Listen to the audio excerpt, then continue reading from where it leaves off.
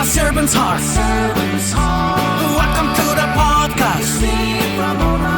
Business with a servant's heart. Listen to the podcast. Steve Ramona. We're all about to talk on life. Our guest will share his life story. We want you to success in life. We're ready and we will start shortly. We're gonna talk on life. We're gonna talk on business. You're gonna shine bright. We are gonna witness. Business with a servant's heart. Welcome to the podcast. Business with a servant's heart. Listen to the podcast.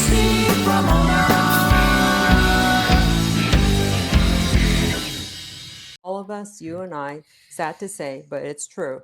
We are deteriorating, right? We are aging. And if we don't use it, we lose it. So we only have so much cortical real estate. So the fact is, if we can keep our brain active, almost as if we were back in third grade, okay? You remember you had to learn how to read, you had to do mental math, you had to do science projects. We don't do that anymore, okay? Not to say that it's bad, it's just that it's not in our season of life. I want to invite you into the Business Network, my free school community for entrepreneurs and business owners who want to grow their network and scale their business. Inside, you'll get step-by-step lessons, monthly workshops, feedback, scripts, resources, bonuses, and a community of like-minded people who believe in helping each other win. Join us today at school.com, the Business Network, or click the link in the description and click Join Group. I'll see you inside. Welcome, everyone, to Doing Business with a Servant's Heart podcast. I'm your host, Steve Ramona, and one of my favorite subjects is fitness, and we're going to be blessed with an incredible guest that's been doing fitness for many years, like I have when I own fitness clubs with my family. It's just something I've lived my life for since 1980, not 80 years, 50 years, whatever that, 40 years, whatever that is. So I love talking about it. But before we start, here's our gratitude for today, because this is a big part of what we're going to talk about. Never doubt yourself. You're one of the best. Now, that you're one of the best, people look at that, go, well, I'm a soccer player, but I'm not Messi. I'm a football player, I'm not Brady. You're one of the best of what you're trying to achieve. Best is all objective to what you want to do. If you want to be a quarterback in the NFL, great. If you want to be a quarterback for your high school team, that's be the best. So let's get started. Let's welcome our guest. Jan, welcome to the show. Hi, how are you? Great. So as of today, what's the biggest impact you could have made so far? The ability to change, to make changes and transform people's lives, to impact their lives in a meaningful way, and to show care. I think that's meaningful to me. If I can transform and make a meaningful change into someone's life, that just makes my heart burst. It's beautiful. Can you tell us a story? I know you have many, probably, of somebody you transformed.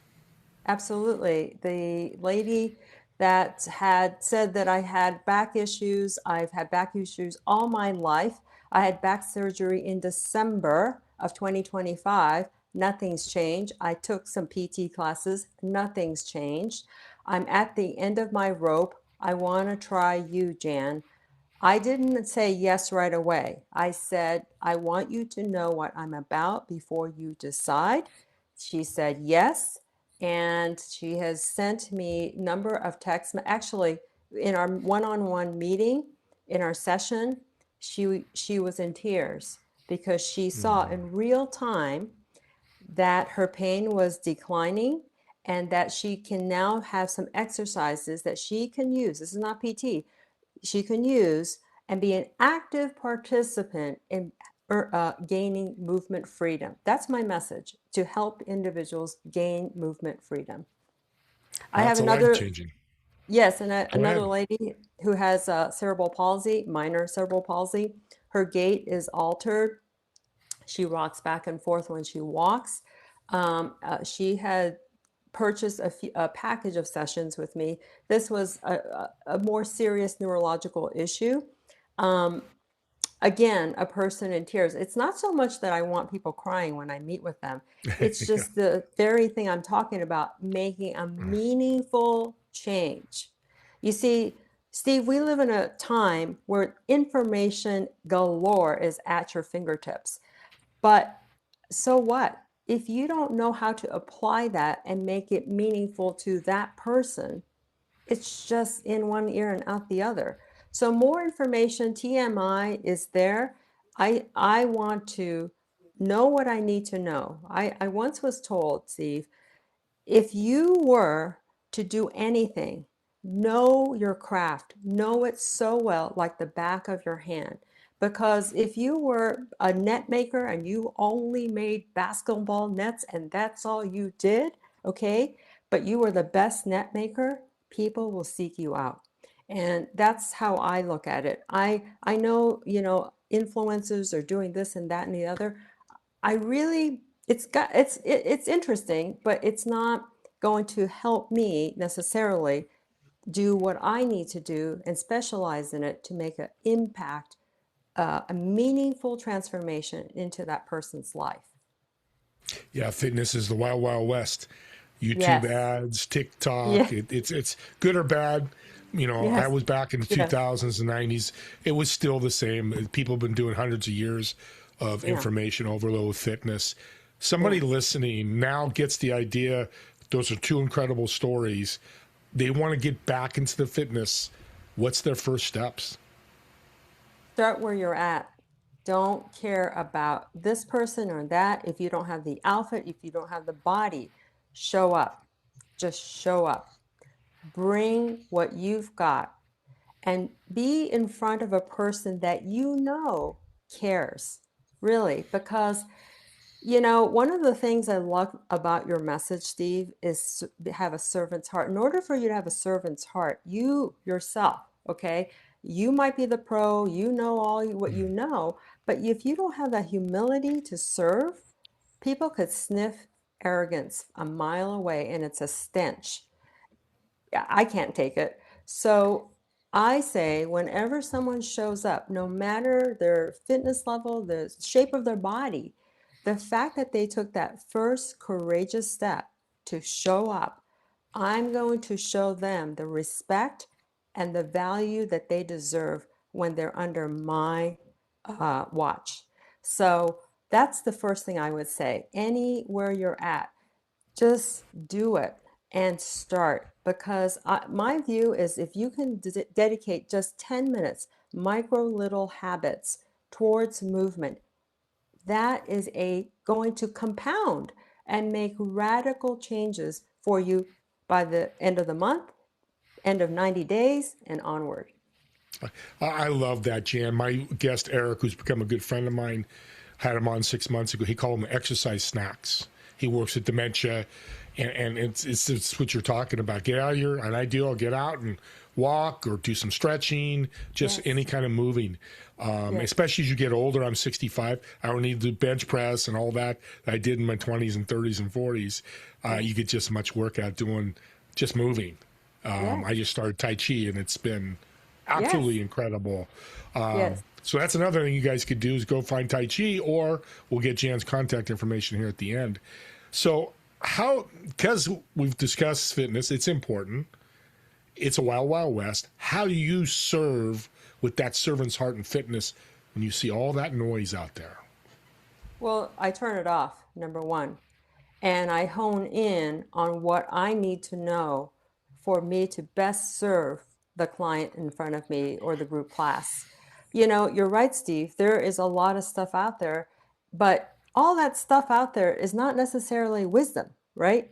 So you need to be able, in order for me to do my best and bring my best to my clients, I continually do three things.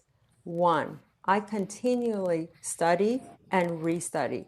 Two, I practice on myself and a small sampling of people who want to be my guinea pigs. And three, I listen to my clients to tell me, hey, I like this or I don't. I always try to keep those three in mind because why? Just because I think I know what I know, again, to remain a servant, I need to not be arrogant to say I know it all. I have to keep being teachable to myself so that I apply the most current research, most current techniques, and use what works.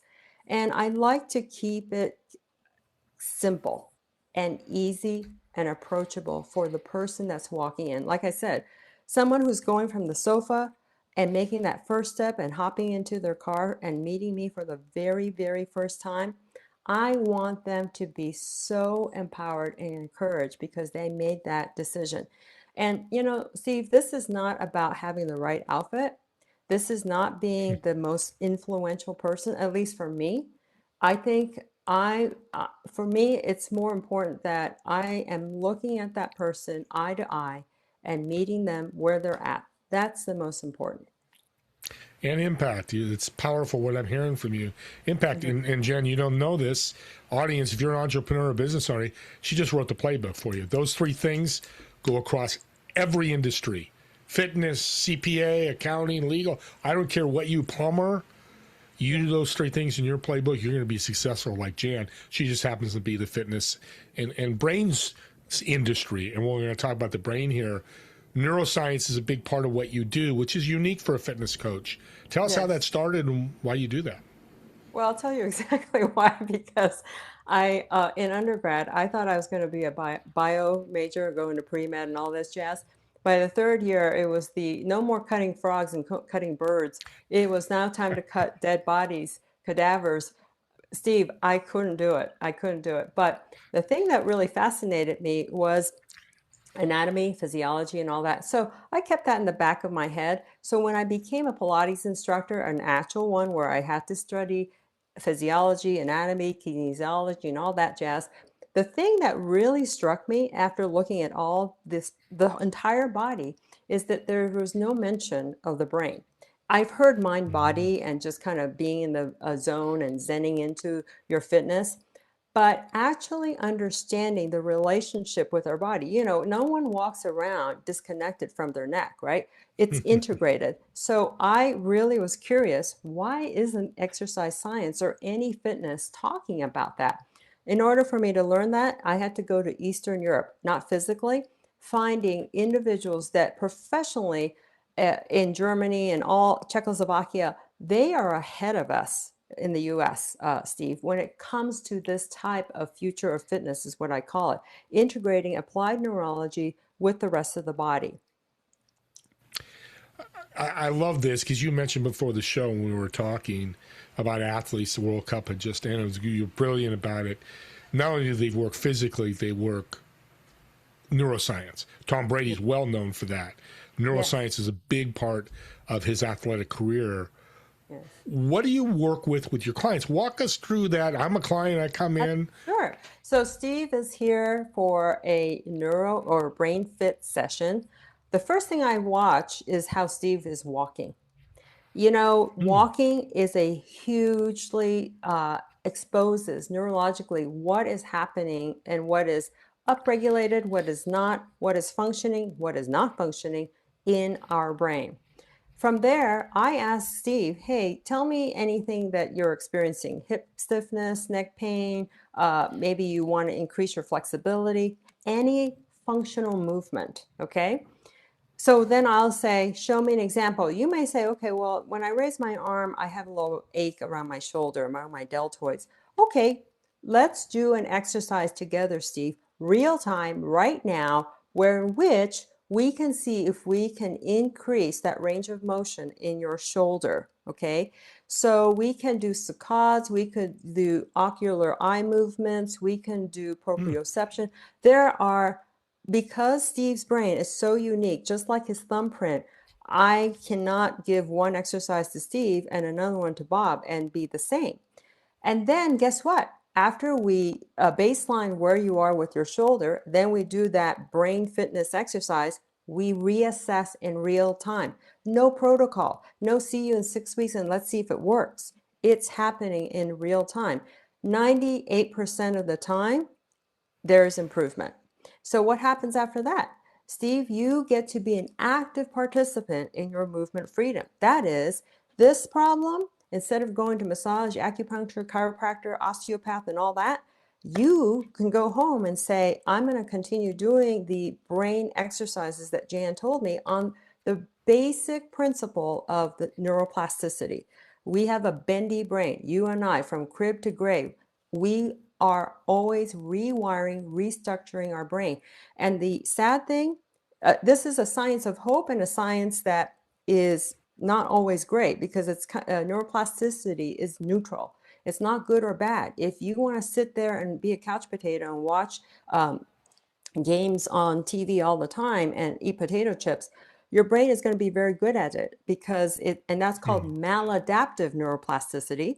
But if, let's say, you are like Steve, you are a fitness person, you want to keep improving your body, you got to start from the top because the bendy brain is where movement starts. You want to transform your movement, you train the brain to transform the movement. The brain controls everything. It's the control center. It's powerful. Can you do this with people online, or is it always, in person? Well, optimally in person because I see everything. But I have done people with online. I'll give you an example. A woman who is in real estate. What do? You're client facing all the time, showing homes, open houses, all that. She could not miss any of her meetings, and her physician told her, give it another 6 months and your face will realign. So basically her face looked like it had a stroke, right? One part of it was dropping and the other wasn't. She had Bell's palsy. She met with me online because she did not want to leave her house. Okay.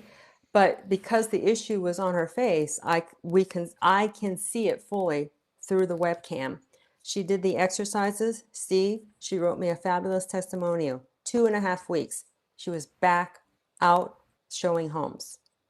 I mean, this can cost you your living, right? If you're not fully functioning, pain-free. So from anything that you use your brain for, from pain to performance to academics to musicianship, to focus. I'm working with a client who is trying to get and pass their bar exam. We do a lot of cognitive exercise. No, this is not Sudoku or crossword puzzles.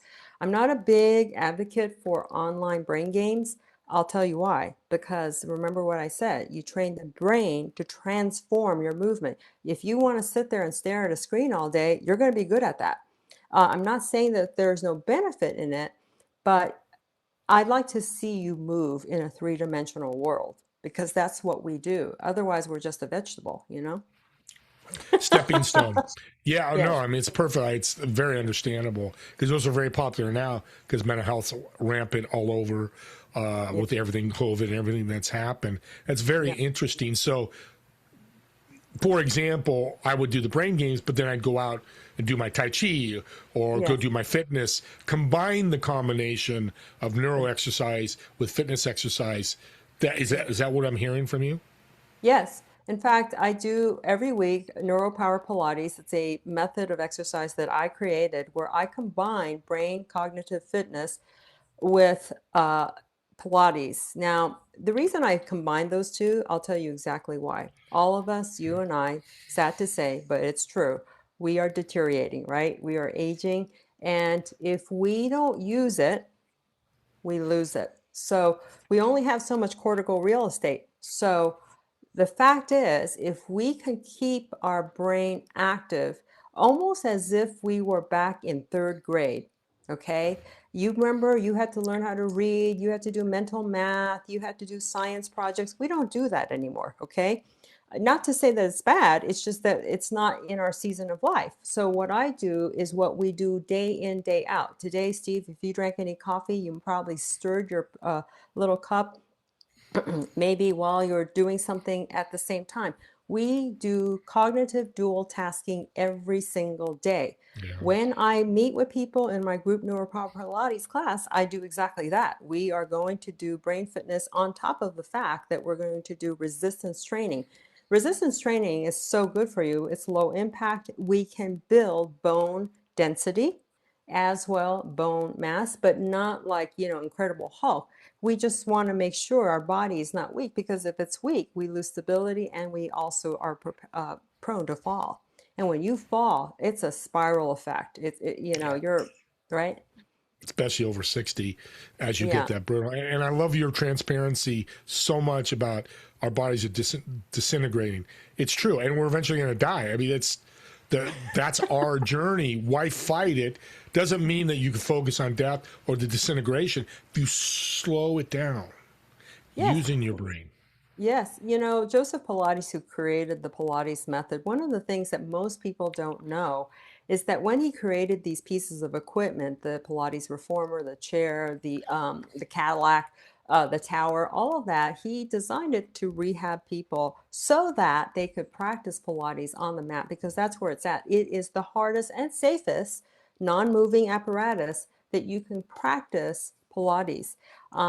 And, like I said earlier when we began, before we had this, our interview start, I want to make it meaningful and applicable. It doesn't really matter what the princess is doing in England, right? It's nice to know.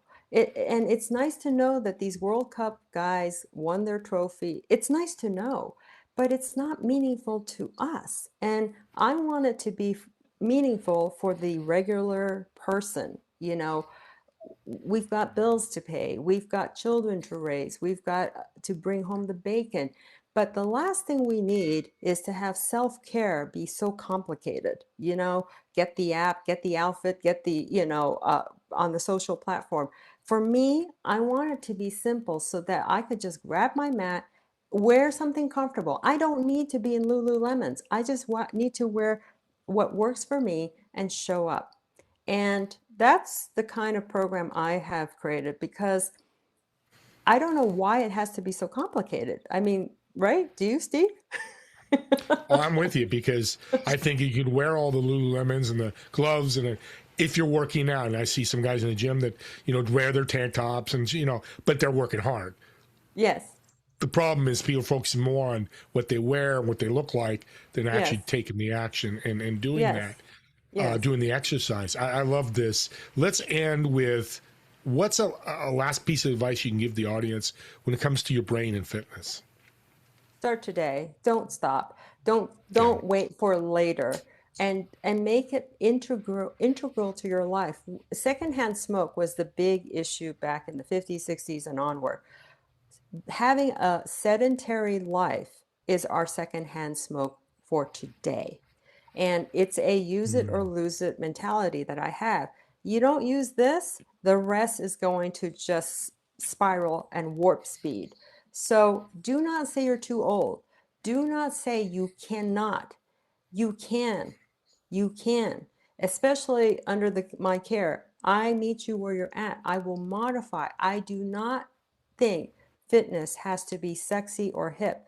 I think it is just, you just do it, just like you breathe air. Yeah, I love it. I'm going to say this, I probably shouldn't, but you remind me of Stephen Hawking. How much would he love to walk? But he's using these abilities that he has to do incredible things with an incredible brain.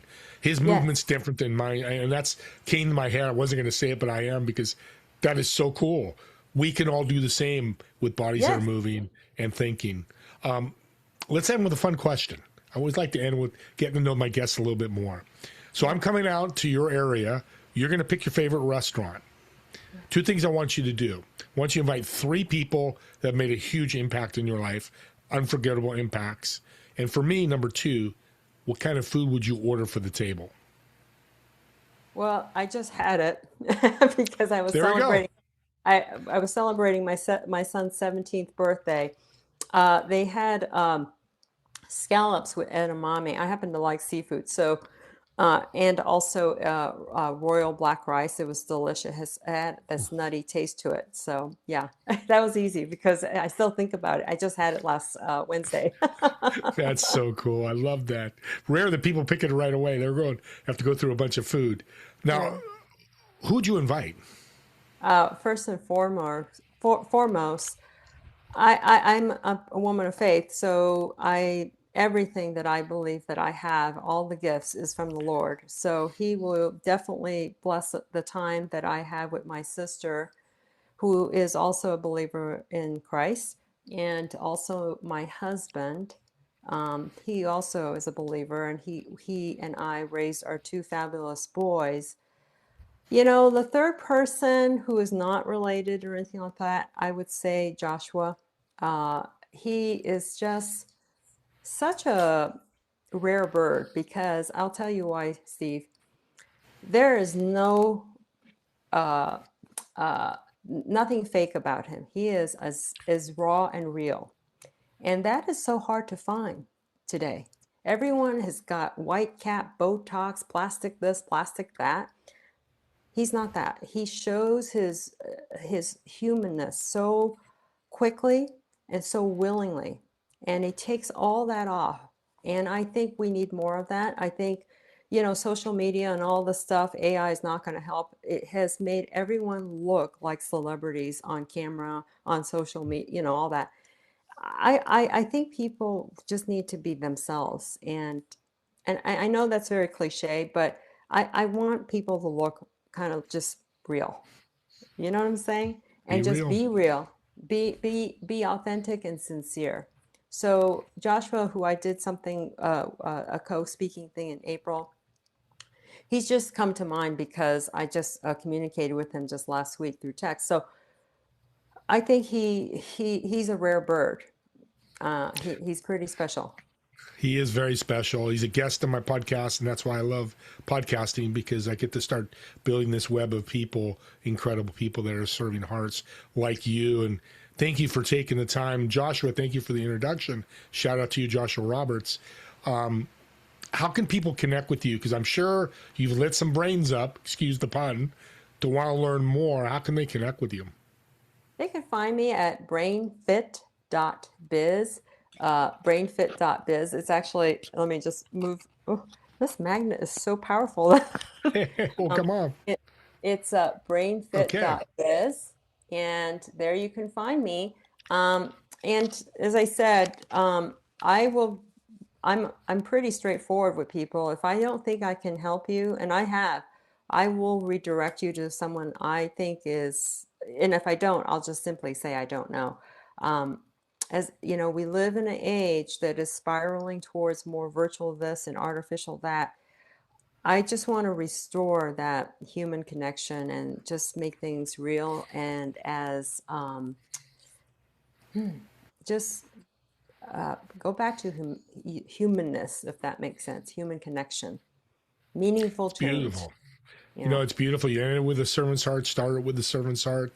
I love the idea. If you can't help them, you'll find somebody or let them know who you can help with. So thanks again for taking the time. I know you're super busy.